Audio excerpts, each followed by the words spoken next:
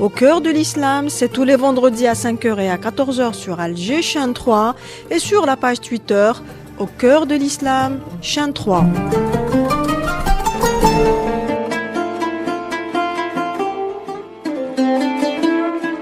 Au cœur de l'islam. Une émission produite et animée par Kamel Chekat et Bouchra Yahya. Madame, monsieur, bonjour, salam, azoul et bienvenue à vous dans Au cœur de l'islam. Merci de nous rejoindre sur les 89.2 FM et les 88.4 FM. Ce sont là les ondes positives de la radio algérienne, Radio Alger Chaîne 3.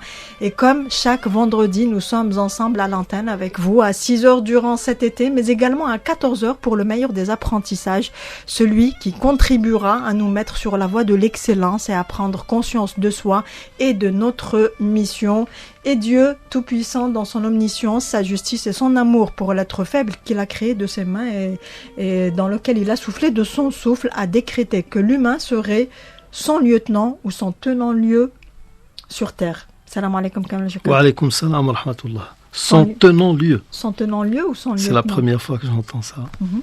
Son lieutenant, je connais. Son vicaire, je connais. Son tenant-lieu. C'est une expression que j'ai entendue de chez Souleymane Bachir Diagne, qui est considéré aujourd'hui comme un des plus grands philosophes musulmans, qui est d'origine sénégalaise et qui évolue actuellement aux États-Unis. Oui, Parler très justement, connu. Oui. Alors selon lui, l'expression la plus idoine, c'est son tenant-lieu.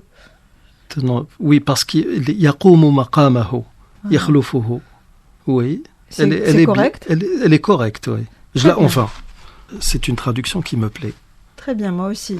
Alors, Kamel Chekat, nous collons un petit peu à l'actualité, si vous le voulez bien. Alors, d'abord, je vous souhaite une bonne et belle fête d'indépendance à l'occasion donc de ce 5 juillet qu'on a célébré récemment, et je suis certaine que les festivités continueront pendant plusieurs mois. Là, je voudrais juste revenir sur un point. Il n'est pas du tout interdit, religieusement parlant, de célébrer le 5 juillet.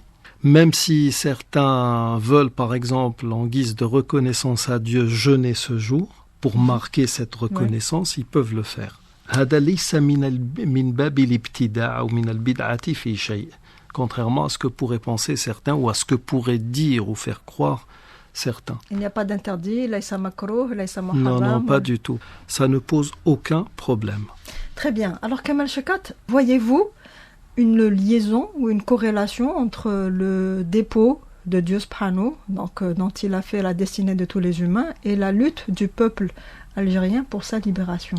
Absolument, absolument. Il y a d'ailleurs Cheikh Mohamed Salah Saddiq, qui est un historique pratiquement, qui a écrit un livre qui revient justement sur tout ce qui a un caractère religieux ou spirituel dans cette révolution algérienne, qui elle-même est une école. Vous savez, c'est une révolution qui a duré très très longtemps. 7 ans, c'est énorme pour une révolution.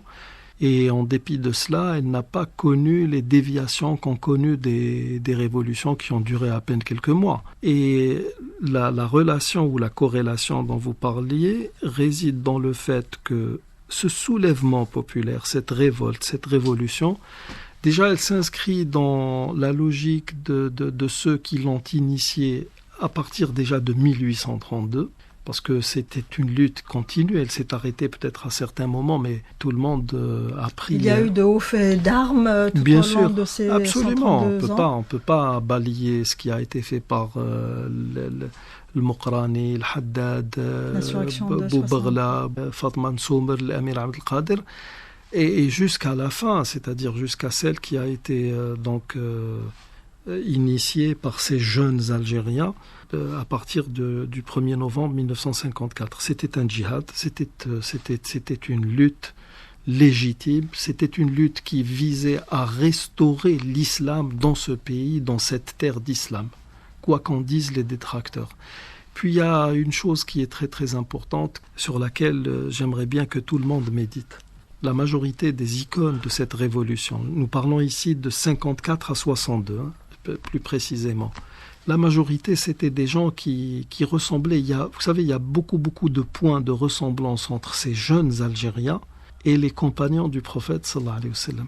Dans la mesure où beaucoup d'entre eux auraient pu ne pas faire cette guerre. Ils auraient pu bien vivre en ne faisant pas de révolution. Certains d'entre eux étaient bien nantis, c'était des petits bourgeois carrément, mais qui ont tout laissé et se sont sacrifiés justement pour cette terre d'islam, pour la religion musulmane et pour ce peuple musulman.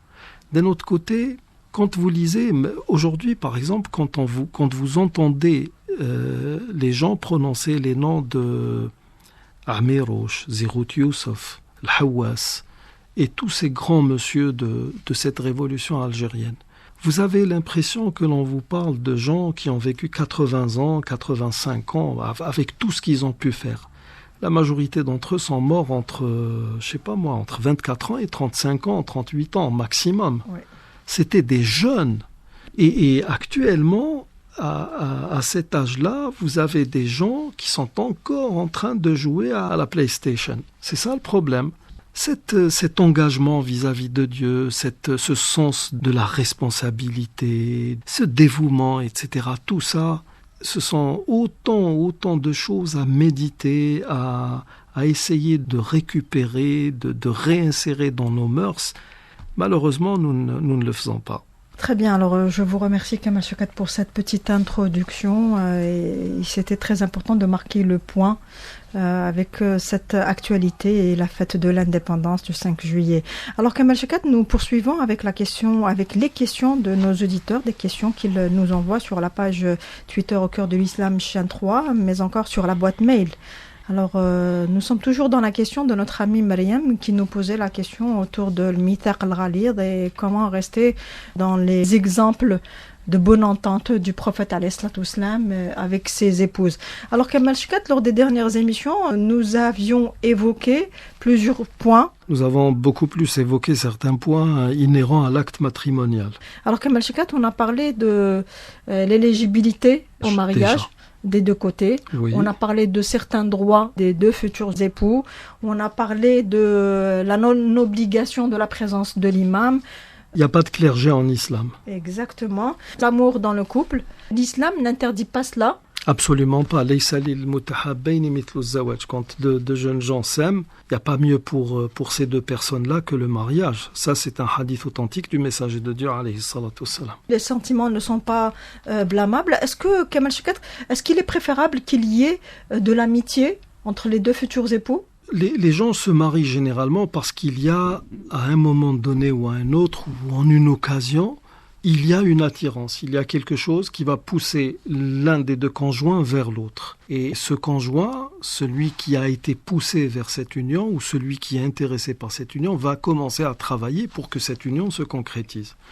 Ça peut se faire sur la base d'un sentiment qu'on appelle l'amour.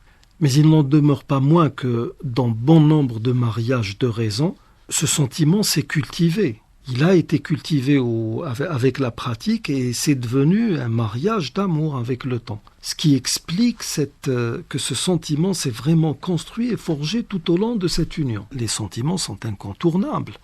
Quand Dieu vous dit « وَجَعَلَ بَيْنَكُمْ مَوَدَّةً وَرَحْمَةً » Le mawadda, c'est quoi ? C'est le fait qu'il y ait justement un sentiment qui vous renvoie vers l'autre et qui tente à rapprocher l'autre de vous. Très bien. Alors les autres points évoqués, Kamal Chekhat. Alors l'égalité en matière de religion. Ce qu'on appelle kafa'a, c'est-à-dire que oui. Et là attention, parce que je crois que la dernière fois vous avez cité ce fameux hadith إِذَا جَاءَكُم مَّن تَرْضَوْنَ دِينَهُ وَخُلُقَهُ فَزَوِّجُوهُ إِلَّا تَفْعَلُوا تَكُن فِتْنَةٌ فِي الْأَرْضِ وَفَسَادٌ كَبِيرٌ. C'est-à-dire que si quelqu'un qui est doté d'une bonne moralité, de bonnes mœurs, se présente à vous pour demander la main d'une de vos filles, acceptez-le. Si vous ne le faites pas, attendez-vous à fitnatun fil ard, c'est-à-dire à une épreuve sur terre. C'est-à-dire que si on ne prend plus en considération la moralité du prétendant et que l'on n'accorde d'importance qu'à l'aspect matériel de sa vie, eh ben c'est une hécatombe qui se prépare en société. Là, il va falloir bien comprendre tout cela. Il est clair que le messager de Dieu, alayhi salatu wassalam, exhorter, encourager les gens à se marier. Ya ma'shar al-shabab, man istata'a minkum al-ba'ata falyatazawwaj. Aux jeunes gens, quiconque d'entre vous est en mesure d'assurer les besoins de sa petite famille, qu'il se marie. Mais il disait aussi que l'on peut épouser une femme pour 4 raisons majeures. Tulkahu al-mar'atu li jamaliha wa maliha wa nasabiha wa diniha. Donc on peut épouser une femme pour sa beauté, pour sa filiation, pour sa richesse et aussi pour sa religion. Fadfar bidati dini taribat yadak. Donc prends celle qui est douée de spiritualité, de moralité, de religion, sinon tu cours vers ta perte. Et ça a déjà été prouvé, c'est-à-dire que dès lors où des gens ont visé essentiellement la moralité du prétendant, ou même si l'homme vise la moralité de la femme, l'union réussit beaucoup mieux. Maintenant, quand on entend ce fameux hadith, ceci est bien vrai, personne ne peut contredire cela. Mais ceci est vrai dans la mesure où la fille soit pleinement consentante, et puis si vous refusez de donner la main de votre fille à une personne vertueuse, parce qu'elle ne pourra en aucun cas assurer à votre fille, ne serait-ce que le 10e de la vie qu'elle mène avec vous, vous qui êtes son père, vous avez aussi le droit de le faire. Ceci ne veut pas dire que vous vous opposez à ce hadith, attention. Quand votre fille est d'accord pour épouser cet homme, et quand aussi cet homme a un minimum de moyens aussi. Parce qu'à l'heure actuelle, vous savez, les choses ont changé. Et quand vous parliez tout à l'heure du messager de Dieu, alayhi salatu salam, vous savez qu'à un moment donné, les épouses du prophète sallallahu alayhi wa sallam se sont pratiquement liguées contre lui pour des raisons de dépenses du ménage. Quand les musulmans sont devenus un État proprement dit, quand ils avaient un trésor public, quand l'islam commençait à se propager, il y a eu une fois, le messager de Dieu est entré chez lui et ses femmes lui ont dit, à partir d'aujourd'hui, il va falloir que tu dépenses un peu plus parce que tu en as les moyens. Ça l'a mis dans une colère terrible qui a duré 1 mois. Il a même quitté le domicile conjugal. Et au bout d'1 mois, fut révélé le verset dit du choix. Ayatut Takhir, qui est un verset de Sourate Al-Ahzab, qui propose aux épouses du messager de Dieu, alayhi salatu salam, voilà, de choisir. Est-ce que vous voulez vivre dans l'austérité la plus totale avec un messager, ou est-ce que vous voulez profiter du faste de cette vie? À ce moment-là, le messager de Dieu, alayhi salatu salam, va vous indemniser, vous libérer de la manière la plus courtoise qui soit. Et toutes les femmes ensuite ont bien compris qu'elles avaient fait une erreur et toutes ont justement choisi de vivre dans l'austérité, même la pauvreté la plus totale, mais avec le messager de Dieu. Et là, en parlant de sentiments, il a donc proposé ce choix à toutes ses épouses, mais à Aïcha, pour laquelle il avait ce sentiment d'amour qui était un peu plus développé que pour les autres, il a dit, toi consulte tes parents, parce qu'il était sûr qu'Abou Bakr ne la laisserait jamais choisir le divorce. En plus de se regarder dans les yeux, il y a aussi le fait de regarder dans la même direction qui est tout aussi important. Mais ce désir, par exemple pour les femmes, d'épouser ce qu'on appelle un bon parti, c'est-à-dire quelqu'un qui va prendre soin d'elle, qui va lui assurer une vie décente, qui va lui donner une progéniture, est aussi quelque chose de licite, amr mashrou', quelque chose qui est tout à fait légitime pour une femme. Et à ce moment-là, même si quelqu'un plus que vertueux se présentait pour demander la main d'une fille et que la fille refuse, ça ne pose aucun problème et ça ne la met pas en infraction vis-à-vis de Dieu.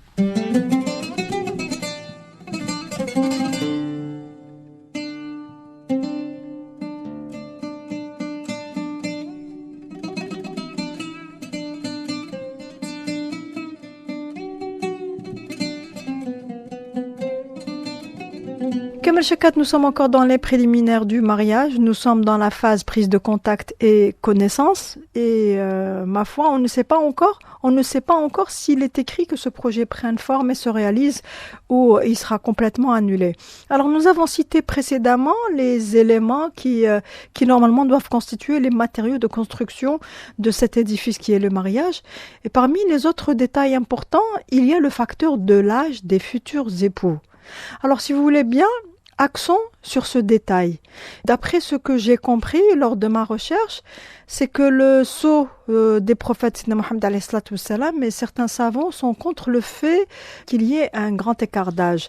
À l'exemple de Abd al-Halim Abou Shuqa qui nous dit dans le chapitre du mariage justement que le succès de l'union entre le prophète alayhi salatu wassalam et Sayyida Khadija radiyallahu anha qui avait 15 ans de plus que lui, était dû à la personnalité exceptionnelle de Sidna Mohammed alayhi salatu wassalam et d'autre part à l'intelligence et à la vertu de Khadija.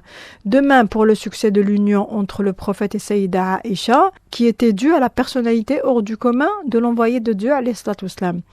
Mais tous les hommes ne sont pas le prophète sallallahu alayhi wa sallam et toutes les femmes ne sont pas Sayyida Khadija ou Sayyida Aïcha. C'est pour cela qu'il convient, en pareil cas, de prendre toutes les précautions nécessaires avant de s'engager. Rappelons à ce propos, Kamal Shekat, que le prophète sallallahu alayhi wa sallam préféra marier sa fille Fatima à Ali et la refusa à Abu Bakr Siddiq et à Omar ibn Khattab. Il a tout fait pour ramener Ali karramallahu wajha à demander la main de Fatima Zahra. Oui, parce que l'âge était pratiquement similaire. Il y a un compagnon, il y a une autre anecdote d'un compagnon qui est venu annoncer au prophète sallallahu alayhi wa sallam qu'il allait épouser une femme, et quand le messager de Dieu alayhi salatu sallam l'interrogea sur l'identité même de la femme, il s'est avéré que c'était une femme mariée divorcée et qu'elle était quand même assez âgée.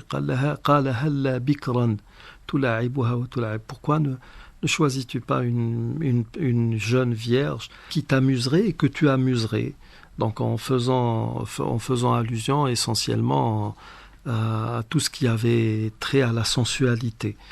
La préférence va pour des gens qui ont le même âge, aussi jeunes que possible, hein, parce qu'il est bon de se marier jeune, contrairement à ce que nous faisons actuellement pour des raisons purement économiques. Certainement. Mais moi, quand il y a des gens qui viennent me dire « je vais épouser une femme », sauf qu'elle est mon aînée de 10-15 ans. Oui, mais bon, même à une femme, je refuserais qu'elle se marie avec... Bon, je ne dis pas je refuserais, mais je conseillerais de ne pas se marier avec un homme qui la dépasse ou avec lequel il y a un écart d'âge quand même assez important.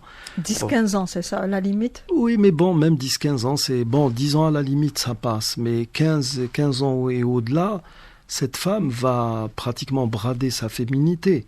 Et même l'homme en question, il va faire abstraction d'une partie de sa masculinité aussi. C'est des mariages qui peuvent poser problème. Donc il est préférable, quand on parle de kafa'a fi zawaj, c'est-à-dire le fait d'être homologue l'un de l'autre, il y a cette question de l'âge aussi qui se pose. Bien sûr, que la femme soit âgée par rapport à l'homme, qu'elle le dépasse de quelques années ne pose aucun problème. Mais quel est l'âge de sa mère? Ça ne marche pas. Et puis ne venez pas me dire oui, mais le prophète a épousé Khadija. Qui est le prophète sallallahu alayhi wa sallam, mais qui est Khadija aussi? Soyons un peu sérieux. C'est d'ailleurs un des points noirs de notre société, Kamal Shekat. Ce sont là des mariages qui tombent beaucoup et survivent difficilement. On en voit rarement qui atteignent leur vitesse de croisière. Vous le savez très bien, Kamal Shekat. Notre société s'attaque à tout ce qui n'est pas orthodoxe, à tout ce qui n'est pas commun, à tout ce qui n'est pas routinier. Il faut que toutes les situations se ressemblent, sinon c'est pas normal. J'ai assisté à des mariages qui quand même se sont concrétisés, mais ensuite le couple va vivre vraiment un calvaire. La femme, elle est rejetée par sa belle famille au prétexte qu'elle est plus âgée que lui. Lui, il est rejeté par la belle famille au prétexte qu'il est peut-être quelqu'un qui veut profiter d'une manne financière ou de la situation financière de son épouse, et ainsi de suite. Alors Kamal Shekat, pour éliminer tous ces problèmes de prime abord, il nous est conseillé ou il est conseillé à ceux qui sont dans un projet de mariage de faire une consultation, donc ou bien de consulter Dieu avant les fiançailles en accomplissant de génuflexions, en prière surrogatoire, exactement. Pourquoi faire la salat istikhara si je suis conforté dans ma décision, que ce soit l'acquiescement dans la réponse ou la négative? Pourquoi faire la salat istikhara? Écoutez, le Sahaba disait Kunna nastakhiru Allah fi shira'in na'al. Nous consultions Dieu même pour l'achat d'une chaussure. Alors que dire du mariage? Les choses les plus importantes de la vie d'un être humain méritent ou nécessitent justement cette prière du choix ou prière de l'option. Quelle option choisir? اللهم إني أستخيرك بعلمك وأستقدرك بقدرتك فإنك تقدر ولا أقدر وأسألك من فضلك العظيم فإنك تقدر ولا أقدر وتعلم ولا أعلم وأنت علام الغيوب. Ensuite, vous dites اللهم إن كان أمري هذا, vous citez mon mariage avec un tel خير لي في ديني ومعاشي وعاقبة أمري فيسره لي واقدره لي عاجله وآجله. عاجله وآجله. Bon, il m'arrive d'oublier comme ça des فيسره لي واقدره لي واجعل لي الخير حيث كان. وإن كان هذا الأمر شر لي في ديني ومعاشي وعاقبة أمري فاصرفه عني واصرفني عنه واقدر لي الخير حيث كان ثم بارك لي فيه. Donc si tu vois, Seigneur Dieu, que cette chose est bonne pour moi, donc concrétise-la au plus tôt et puis mets-y ta grâce ou bien fais descendre ta grâce sur le projet. Et si c'est le contraire, donc éloigne-moi de cette chose, éloigne cette chose de moi et prédis-moi ou bien fais en sorte que je trouve ce qui est bon pour ma vie d'ici-bas, là où cette bonne chose se trouverait. Et puis, il y a toujours cette supplique. La supplique doit toujours être accompagnée par cette demande de la baraka, de la grâce de Dieu subhanahu wa ta'ala. Donc je ne l'accomplis que si j'ai un doute? Non, vous l'accomplissez, même si tout est bon, normalement on est censé l'accomplir. Ce que les gens ne savent pas, c'est que quand vous accomplissez Salat l'Istikhara, nos maîtres nous disaient que le minimum c'était 7 jours et que le maximum c'était 40 jours. Makash hadith, il n'y a rien qui indique cela au niveau de la tradition prophétique. 7 jours, c'est un minimum. Ce cycle de 7 revient très très souvent. Le maximum, c'est 40 jours parce que tout le monde, la majorité de ces savants s'appuient sur la durée qu'a passé Moïse dans l'apprentissage et la récupération des tablettes de la loi, quand il s'est isolé en allant vers Dieu. Même vous remarquerez que beaucoup de grands savants, de grands mouftis disaient وَلَقَدْ اسْتَخَرْتُ اللَّهَ فِي هَذِهِ الْمَسْأَلَةِ 40 لَيْلَةً 40 nuits consécutives. Et quand vous faites cette prière, bien sûr vous pourriez recevoir pratiquement en guise d'inspiration, parce que Ru'ya Sadiqa, le messager de Dieu alayhi salam, disait que لَمْ يَبْقَ مِنَ الْمُبَشِّرَاتِ إلا الرؤيا الصادقة, c'est-à-dire ce qui est considéré comme bonne annonce à caractère prémonitoire, il n'en reste que la vision authentique. Il disait elle est l'équivalent d'un 46e de la prophétie ou de l'inspiration divine. Donc il se peut que quelqu'un voie en rêve que la chose est bonne, ou qu'il reçoive justement cette bonne annonce en rêve, que cela soit perçu comme une vision authentique, ru'ya sadiqa, la chose est bonne, mais que cela ne vous empêche pas de continuer ne pas s'arrêter à attendre le signe ou l'inspiration. Oui. Et puis il y a des gens qui viennent vous dire Wallah il-barah salit salat l'istikhara, j'ai l'intention de me marier, j'ai vu un âne. Oui, le fait que tu aies vu un âne, non, est-ce que ça a un rapport? Je ne peux pas te le dire si ça a un rapport ou pas. Mais en tout cas, beaucoup de ceux qui sont venus poser le problème de la sorte, j'étais, à un moment donné, je regardais la personne en face de moi et je me disais, toi, est-ce que tu t'es vu en glace, dans une glace? Est-ce que tu as vu le niveau d'instruction que tu as pour avoir vu un âne comme ça? Soyons sérieux. Vous savez, le fait de... Le prophète sallallahu alayhi wa sallam disait Allahumma la tiyara, le fait de se référer ou de se fier à l'augure n'est pas admis en islam. Une fois, dans un cortège allant récupérer la mariée, en cours de route, il y a une abeille qui entre dans le véhicule, dans la voiture qui transportait la mère du marié, et l'abeille la pique. Et là, le cortège s'arrête et la mère leur dit on rebrousse chemin. Vous imaginez l'ignorance dans laquelle nous pataugeons. Donc si vous faites Salat l'Istikhara, faites-la le plus longtemps possible. Bien sûr, vous pourriez aller jusqu'à 40 nuits, mais vous n'allez pas recevoir un oracle à l'image de ce que recevaient des messagers de Dieu, alayhimus salam. Vous allez vous retrouver dans une sorte d'inconfort ou de confort qui indiquera que la chose est bonne ou mauvaise. C'est un sentiment qui va se développer au fil des jours durant lesquels vous allez accomplir. Les choses sont facilitées d'elles-mêmes. Oui, il y a aussi, soit il y a des difficultés, des embûches comme ça qui vont se retrouver sur votre parcours, ou bien des facilitations qui indiquent que la chose est bonne. C'est un sentiment donc qui va se développer et se cristalliser au fil des jours. Ce n'est pas forcément une vision.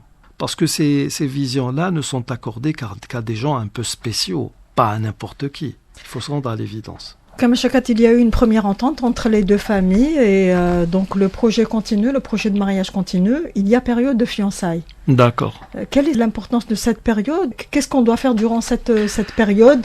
Quelle devrait être la relation entre les deux futurs époux? Écoutez, là, il y a un sérieux problème qui se pose. Dans la mesure où ce que nous considérons comme des fiançailles, c'est en fait un mariage. À l'heure actuelle, selon ce qui se fait. On vous appelle, on vous dit, voilà, c'est pour les fiançailles d'un tel. Et vous faites une fatha, un acte matrimonial. Par moments, les gens vont même jusqu'à la mairie, font ce qu'ils appellent l'acte civil, l'aqd, et ils sont considérés comme fiancés parce qu'ils ne célébreront leurs noces que dans 2 ans, par exemple. Et ça, c'est ahurissant dans la mesure où c'est de la bêtise. Pourquoi ? Je vais vous expliquer. Quand on parle de khitba en islam, de fiançailles, ça veut dire que le prétendant va se présenter à la famille de la mariée pour faire part de son désir d'épouser la femme. Ils sont fiancés, mais le mariage, c'est le fait de réunir toutes les conditions, de passer à la pratique et de désigner la chose comme étant soldée. C'est fait. Maintenant, le problème, c'est que nous considérons des époux légitimes comme fiancés pendant 2 ans ou 3 ans. Et qu'est-ce qui va les faire d'eux des mariés? C'est la célébration des noces, c'est la nuit de noces. Alors que nous sommes vraiment en porte-à-faux par rapport à la réalité, par rapport même à Quelles l'islam. sont les conséquences, Kamal Choukat, de cette confusion entre période de fiançailles et mariage? Alors le problème est le suivant. Quand il y a mariage, par exemple chez les Malékites, personne n'a le droit de consommer le mariage ou d'avoir des relations intimes, et encore moins de se retrouver seul avec la future épouse, tant que la nuit de noces n'a pas été célébrée. C'est-à-dire que Madame lam takun hunak walima, il aime parce que qu'est-ce qui va protéger, qu'est-ce qui va préserver l'honneur essentiellement des 2 époux et beaucoup plus de celui de la femme? C'est le fait qu'il y ait une fête, des youyou, un peu de bruit, un repas. C'est une annonce pour la famille, pour la société. Pour tout le monde, et que tout le monde dise c'est l'union d'un tel et d'un tel. Donc la femme en question, l'homme meurt, elle est enceinte, c'est le fils d'un tel, ça ne pose aucun problème. Ouais. Vous savez, ce qui se passe actuellement, c'est que il y a des gens, sous l'effet de cette contrainte économique, pourquoi? Parce que nous compliquons les choses, nous faisons en sorte que les choses deviennent de plus en plus chères, de plus en plus hors de portée des gens. C'est presque une vente aux enchères, Kamal Choukat. Je n'irai pas jusqu'à dire cela, mais c'est malheureux ce qui se passe. Vous allez vous retrouver avec des gens qui sont mariés officiellement, qui sont mariés sur le plan religieux, donc ça ne pose aucun problème. Chez les Malékites et les Hanafites, tant qu'il n'y a pas eu de noces, c'est-à-dire de repas, etc., tant qu'il n'y a pas de célébration, l'homme en question et la femme demeurent de parfaits étrangers l'un vis-à-vis de l'autre. Ils n'ont pas le droit de s'isoler, ils n'ont pas le droit à cette intimité à laquelle a le droit un couple normalement marié, et ils n'ont pas le droit de consommer leur mariage, ils n'ont pas le droit à des relations intimes. Chez les Hanbalites et les Shafi'ites, ils sont considérés comme mariés, donc ça ne pose aucun problème. Mais on s'est retrouvé dans certains problèmes dans la mesure où cette période justement dite de fiançailles a tellement duré, elle a duré 2 ans, 3 ans. Dans la majorité des cas, donc ça aboutit à une séparation, donc les gens se rencontrent, ils faskhou l'aqd, c'est-à-dire que l'acte est annulé, il y a des discordes, il y a des disputes, et puis on se rend compte que voilà, on a atteint le point de non-retour, on peut plus s'unir. Et dans certains cas, pendant cette période-là, le mari ou le futur époux, je ne sais même pas comment on peut le considérer, décède et laisse la femme enceinte. Ils ont lors d'une des rencontres qui les a unis l'un à l'autre, consommé leur mariage à l'insu de tout le monde, et puis quelques jours plus tard, l'homme décède, et 3 mois plus après le décès, la femme vous dit « je suis enceinte ». Comment vous allez expliquer cela à la société ? C'est un véritable problème, même si je suis d'avis que dans certains cas, je n'ai pas à prendre en considération ce que pourraient penser les autres, mais c'est un dilemme. Attention, c'est un cas qui a tendance à se dupliquer, c'est pas des cas isolés. Tout ça, pourquoi ? Parce que il y a beaucoup de complications qui entourent le mariage, beaucoup de choses qui rendent cette tâche difficile. Et ces difficultés sont dues essentiellement à des interventions féminines. Nous, on veut ça. Ils ont fait dans cette... Non, nous exigeons que la chose se fasse de cette manière. Et tout ça, ça a tendance justement à nous mettre dans des situations très très difficiles et très gênantes. Pourquoi on ne fait pas beaucoup de médiatisation autour de tous ces problèmes et amener les parents, surtout les parents de façon générale, pas que la maman de la future épouse ou la future donc mariée, amener ces parents à faire les choses simplement, faciliter les mariages? Vous savez, autant les imams que les jurisconsultes, que les grands prédicateurs, tout le monde dit cela depuis des siècles maintenant. C'est quoi le problème alors ? Est-ce qu'il faudra changer de discours, changer de pédagogie ? Vous ne pouvez rien changer parce que vous ne pouvez pas imposer quelque chose dans ce domaine. Omar ibn Khattab radiyallahu anhu a tenté de fixer la dot et puis une femme est venue lui rappeler le verset de Dieu. Qintar, ça veut dire ici, ça veut pas dire un quintal en or, ça veut dire tout simplement beaucoup d'argent. Donc on n'a pas le droit de limiter les dots, on n'a pas le droit de forcer les gens à faire telle ou telle autre chose. C'est une question d'éducation, c'est une question de personnalité. Donc dans certains cas, les deux conjoints arrivent à s'imposer parce qu'ils ont une forte personnalité. Dans d'autres, ils subissent. Et ça occasionne beaucoup de problèmes parce que par moments, ce que subit par exemple surtout l'homme, à certains moments de la vie conjugale, ça va ressurgir, il va le rappeler à son épouse et vice-versa aussi. Donc, mis à part le fait de prier Dieu que les gens reviennent à leur raison, je ne vois pas de solution. En tout cas, moi, je n'en ai pas, malheureusement.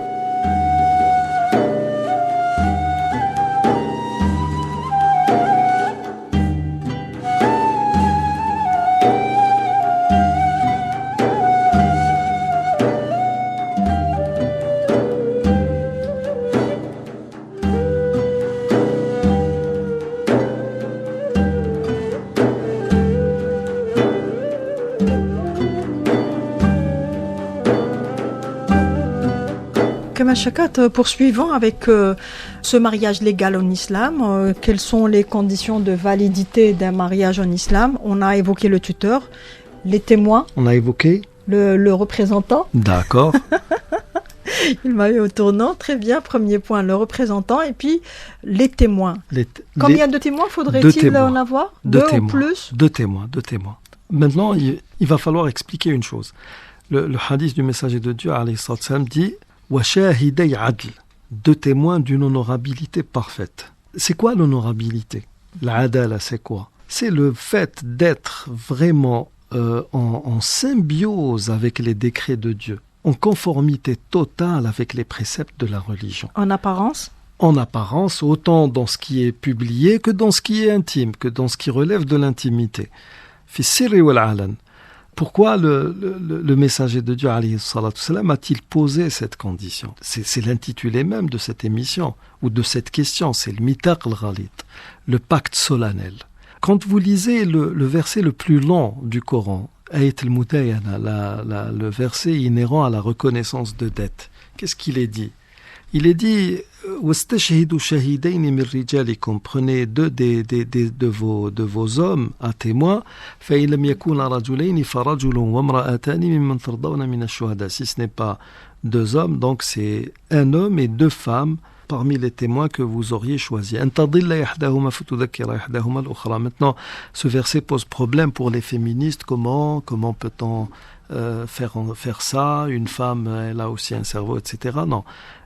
Ici, oui, non, je discutais une fois avec l'un de mes maîtres, Cheikh Mohamed Sherif Gahar, rahmatullahi alayh, et j'ai dit, est-ce que ici, dalal veut dire l'oubli? Parce que au niveau des neurosciences, tout contredirait ce verset. Les femmes sont dotées d'une très très bonne mémoire.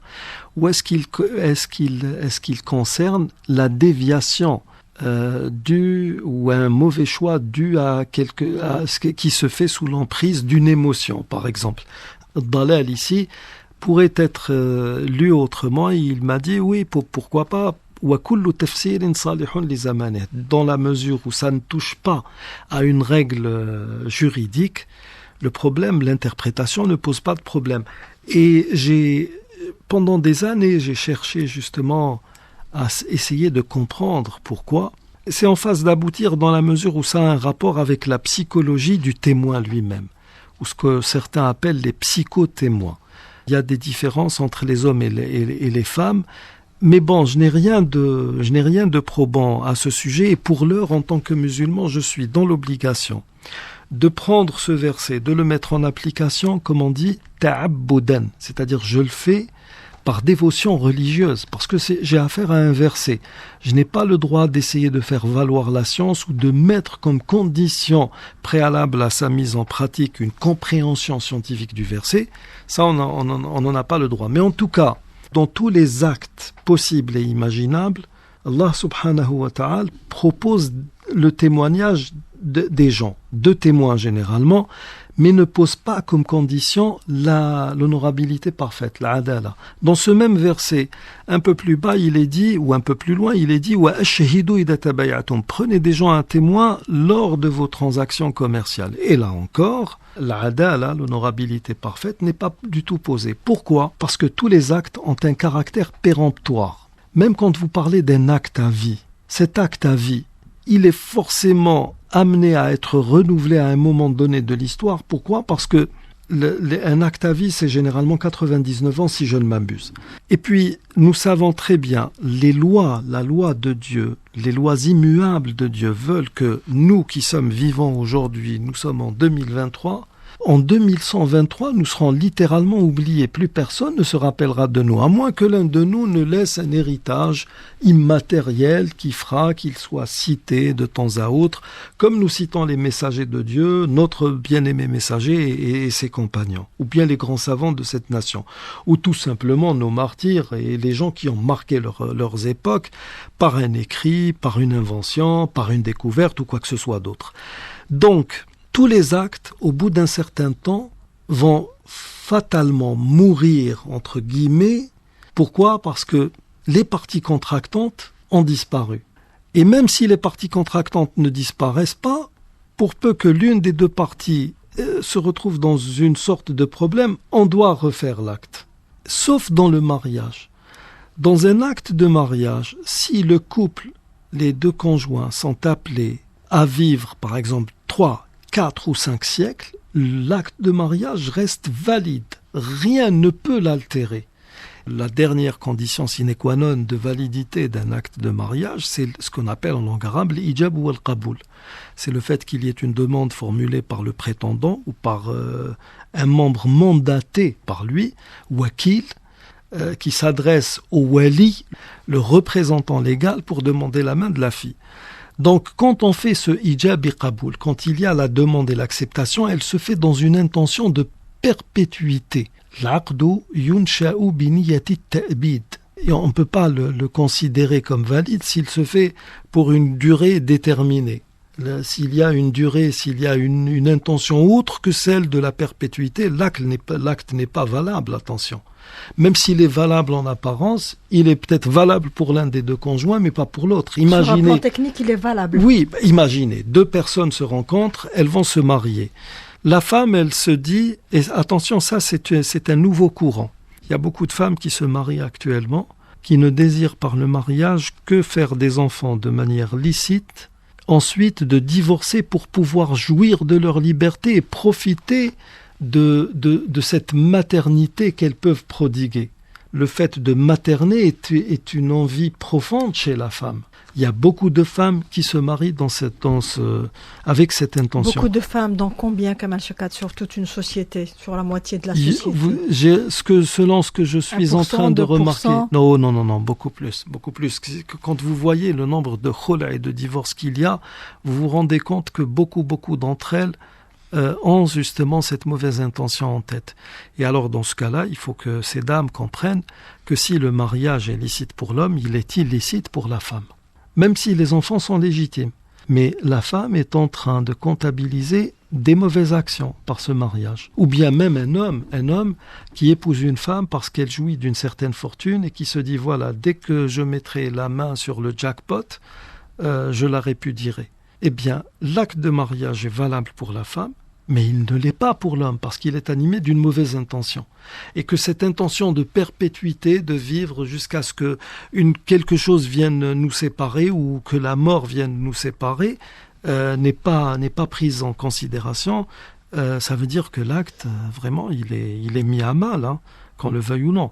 Quand on parle des témoins, justement, cette honorabilité parfaite, elle est la conséquence de la gravité de cet acte et de sa durée illimitée dans le temps. Maintenant, ce que les gens doivent comprendre, nous vivons à une époque où cette honorabilité parfaite n'existe pratiquement plus. Donc moi, ce que je dis aux gens généralement lors des actes matrimoniaux que je préside, dorénavant, quand vous assisterez à un acte, quand on vous envoie une invitation à assister à une fatha, vous y allez avec l'intention de témoigner, tshahdoul khayr. Ça, c'est la première des choses.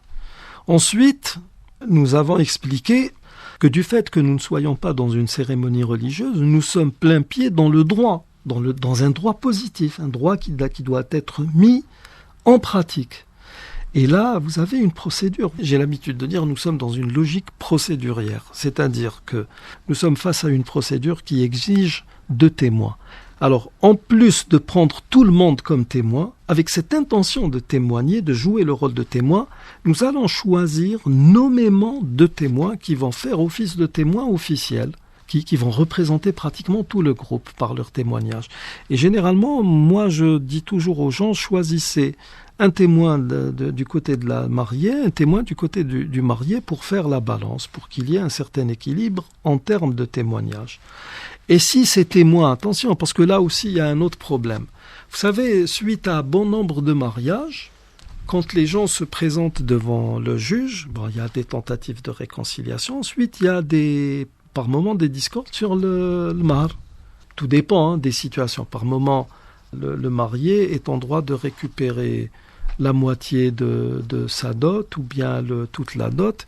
Et lui, il dit, moi, la dot, elle s'élevait à hauteur d'1,5 million de dinars. Et l'épouse et sa famille disent, non, il a juste donné 30 000 dinars. Que fait le juge dans ce cas-là? Surtout quand vous êtes dans des cas où les gens se sont mariés uniquement Belfatha, ensuite ça a mal tourné, puis il y a eu divorce, etc. Ou bien par moment, il y a la femme qui va faire une demande qu'on appelle i'tiraf bizzawaj, donc une reconnaissance de mariage en ramenant les témoins. Et là encore, quelle est la dot qui a été donnée? Chacune des 2 parties donne une version et le juge va fatalement, forcément, indubitablement, inéluctablement faire appel aux témoins. Et c'est là qu'intervient l'esprit folklorique des Algériens. Le folklore, Allah. Les témoins, tu as été témoin. Je ne sais pas. Il était là, il a mangé des gâteaux, il a bu de la limonade, il a pris un café, c'était très convivial. Ensuite, avec le wahad tibqaw ala khir. Pourquoi? Parce qu'au moment, quand on parle de la dot, on ne la mentionne jamais devant les gens. Parce que nos Algériens, ils ont une susceptibilité qui fait que, et ça aussi, je le dis toujours. Un secret. Non, ما دخلناش في 18. واحد ما يدخل روحه. رانا متفقين. C'est mal connaître ses droits, donc Kamal Chekhat. Non, il y a vice de forme et de procédure. Témoin, il y a des détails que je dois maîtriser. Bien sûr, une fois, vous savez, on était dans une fatha comme ça, c'était Cheikh Tahari Taljat, rahmatullah alayhi. Et à un moment donné, قال له واحد شيخ رانا متفقين قال له ما علاش جبتونا كم متفقين كنتوا تكملوا بيناتكم حنا جينا لهنا نعرفوا. On n'a pas le droit de... C'est pas de la rigolade, c'est pas du folklore. Même si un mariage peut se conclure sans présence de l'imam. Oui, رانا متفقين صداق معلوم. Vous trouverez ça dans les manuels de droit cultuel. Quelle est la dot de la mariée? يقول قائلهم صداقها معلوم. Ou bien زوجني بنتك على الصداق المعلوم بيننا. Pourquoi par moment on peut dire cela? Quand les deux témoins ont assisté préalablement à ce que nous appelons dans notre pays qta' ash-shart. C'est quoi qta' ash-shart, Kamal Choukat? C'est la rencontre préalable où l'on discute des aspects, on va dire, de la dot, des aspects techniques, comment se fera le mariage, etc. Et qu'est-ce qui doit être donné, qu'est-ce qui est demandé par la mariée. Voilà. Parce qu'elle a le droit de fixer sa dot. Si les témoins sont présents, c'est bon, ils peuvent dire sadaqun ma'loum. S'ils ne sont pas présents, on doit mentionner la dot, au moins aux deux témoins. Certains salafistes, généralement, qu'est-ce qu'ils nous ont importé du Hijaz? قالوا يفوض مهرها مهر المثل. Nous ne sommes pas. Nous ne sommes pas. Expliquez, Kamal Choukat. Ça veut dire, vous savez, l'esprit tribal veut que voilà. D'équivalence. D'équivalence, voilà. Bent Flan, elle a eu 2 tonnes d'or, c'est irréaliste. Mais bon, un tel a eu, on va dire, 2 millions de dinars en guise de dot. Ses cousines, les femmes de sa tribu, vont avoir aussi 2 millions de dinars. C'est comme c'est en quelque sorte un accord tacite entre tout le monde. Ici, ils ont dit yufawadul mahr. Mais je suis désolé, nous sommes dans une autre société, nous ne fonctionnons pas comme les tribus du Hijaz. Ici, nous avons une autre manière de réfléchir et justement, Allah subhanahu wa ta'ala n'a pas fixé une modalité concernant cette dot. Elle peut avoir, la valeur peut être absolue, elle peut être minimale, elle peut être symbolique et tout ça est accepté en religion. Rappelez son importance, Kamal Choukat, la dot ou le douer nuptial, Kamal Choukat. J'aime pas cette traduction, douer nuptial, parce que les imams en France, c'est ce qu'ils disent. Hein, je ne sais pas pourquoi. Ce n'est pas acceptable.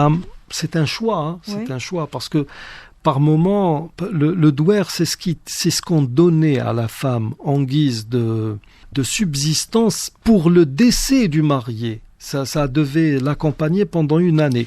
Et puis n'oublions pas que les femmes elles-mêmes, par moment, faisaient partie du douer. Mais la dot aussi, Kamal Choukat, la dot, c'est ce qu'a amené l'épouse dans les sociétés moyenâgeuses à l'homme. C'était elle qui ramenait la dot, surtout en Angleterre, Kamal Choukat. Oui, la dot en islam, c'est ce que le marié offre à la mariée, comme on dit en langue arabe, tatyiban li khatiriha. C'est-à-dire pour la contenter, pour la conforter. C'est une sorte de cadeau qui se fait pour que la femme se sente partie prenante dans un projet de vie. Ce n'est pas une somme d'argent qui est versée à la femme pour qu'elle devienne la propriété de l'homme. Ce n'est pas du tout cela. Et d'ailleurs, quand Dieu dit ça veut dire que si elle décide de s'en destituer, de son propre chef, de plein gré, ça ne pose pas de problème. Mais la dot doit être donnée. Le problème avec nos Algériens essentiellement, c'est qu'ils sont dans une sorte de susceptibilité qui fait que certaines conditions qui sont très très pointues et très très importantes ne sont pas respectées. Et quand vous êtes par moment, vous dans certaines fathat, il y a des gens qui sont vraiment réfractaires à l'idée de dire ce qui a été demandé. Je relis Hashmo. Moi, je leur dis généralement, écoutez, nous qui sommes là dans cette assemblée, nous allons nous contenter, nous allons nous contenter des grandes lignes de cette dot. Est-ce qu'il y a de l'argent qui a été... Alors, généralement, quand vous dites au père de la mariée, comme si c'était aib, et non, c'est pas du tout aib. Shartna dhab ou shartna mal ou shartna, c'est quelque chose qui est tout à fait normal, légitime, mais ça ne pose pas de problème. Alors généralement, on se rabat sur le marié, et je dis généralement, dans cette dot que vous allez donner, est-ce qu'il y a de l'or? Généralement, ils disent oui. Est-ce qu'il y a de l'argent? Ils disent oui. Et puis, puisqu'il y a tout un tabaq qui accompagne, il y a beaucoup de choses et on ne sait pas. Par exemple, ces temps-ci, nous sommes à quelques jours de l'Aïd. s'il y a des gens qui vont faire un acte matrimonial, automatiquement, donc c'est quelque chose qui sort de la dot. Il faut bien comprendre cela. Il y a des cadeaux qui accompagnent la dot qui n'ont même pas été exigés par la famille. Les autres, la famille du marié les font comme ça, juste pour agrémenter un peu plus les choses, on va dire. Pour la bonne entente. Oui, je dis généralement, mais les deux témoins, vous allez vous isoler avec eux, vous allez leur montrer ce qui a été donné comme bijoux, vous allez leur indiquer le montant de la dot. Les bijoux, s'ils sont inclus dans la dot. Bien sûr, bien sûr, tout ce qui fait office de dot, ils doivent le voir et en connaître. Il faut préciser donc en quoi consiste la dot. Bien sûr, dans les moindres détails. Est-ce que c'est en numéraire? Est-ce que c'est de l'or, c'est de l'argent, un bien matériel? Bien sûr. Si d'aventure ou si malheureusement le couple venait à se séparer et qu'il y ait discorde au sujet de la dot, si après la consommation du mariage, il y a divorce, mais s'il y a khula de la part de la mariée, ou bien s'il y a divorce ou annulation de l'acte avant même que le mariage soit consommé, puis est-ce que la demande a été faite du côté de la mariée ou est-ce que c'est l'homme qui décide de s'en aller? La dot, on va en parler, qu'on le veuille ou non. Et à ce moment-là, on va tomber dans des problèmes si les témoins n'ont pas rempli scrupuleusement leur fonction de témoin. Donc il faudra oser en discuter. Bien sûr, et sans tabou. Sans qu'on vous dise non, généralement non. Généralement dans un acte, on peut pas dans un acte vous dire attention, écoutez. Oui, il faut être très subtil. Ouais. Mais il faut que les gens d'abord, avant qu'il y ait un imam qui vienne vous expliquer cela, ou une autorité quelle qu'elle soit, il faut que les gens comprennent cela, comprennent ce qu'ils sont en train de faire. Là, nous sommes dans le folklore. C'est ça qui a dénaturé notre religion, donc, malheureusement. Conclusion, Kamal Chakat, pour la dot. Pour la dot, donc, elle est obligatoire. Elle n'a pas de... À verser avant la consommation du mariage, entièrement. Oui, vous savez, là, il y a, selon les écoles, il y a divergence.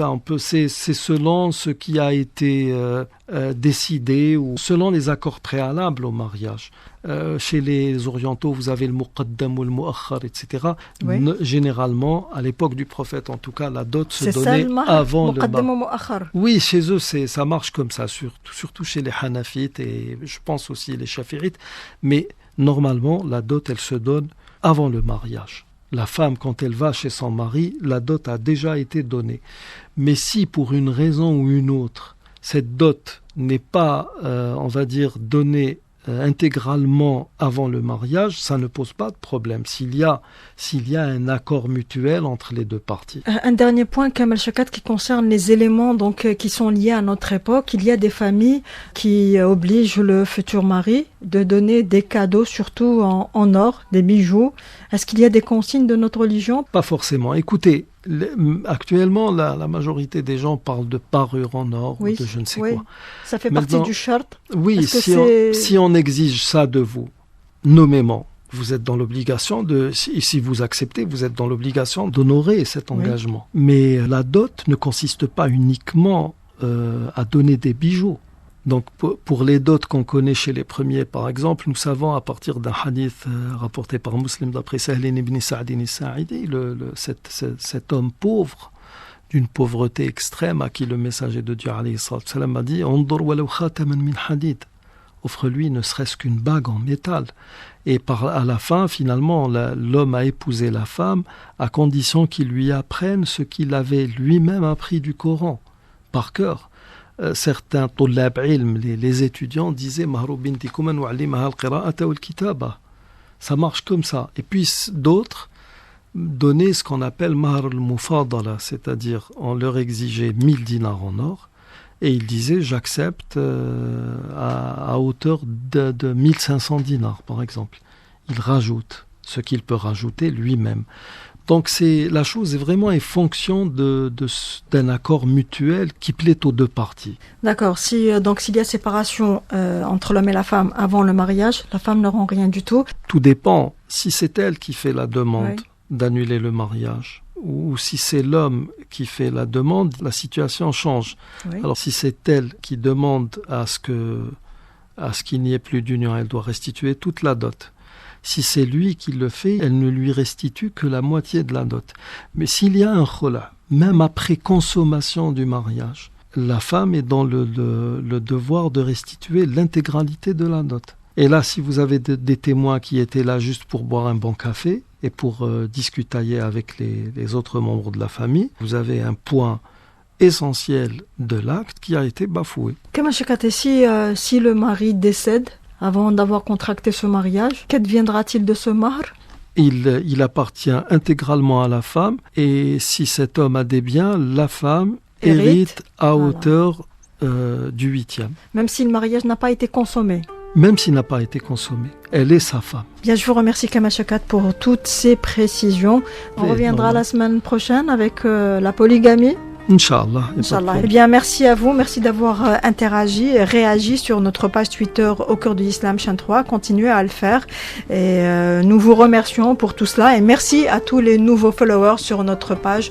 Passez une belle après-midi à l'écoute de nos programmes. Et à demain, Inch'Allah, dans Couleur d'été, à partir de 10h sur Radio Alger chaîne 3. Au revoir.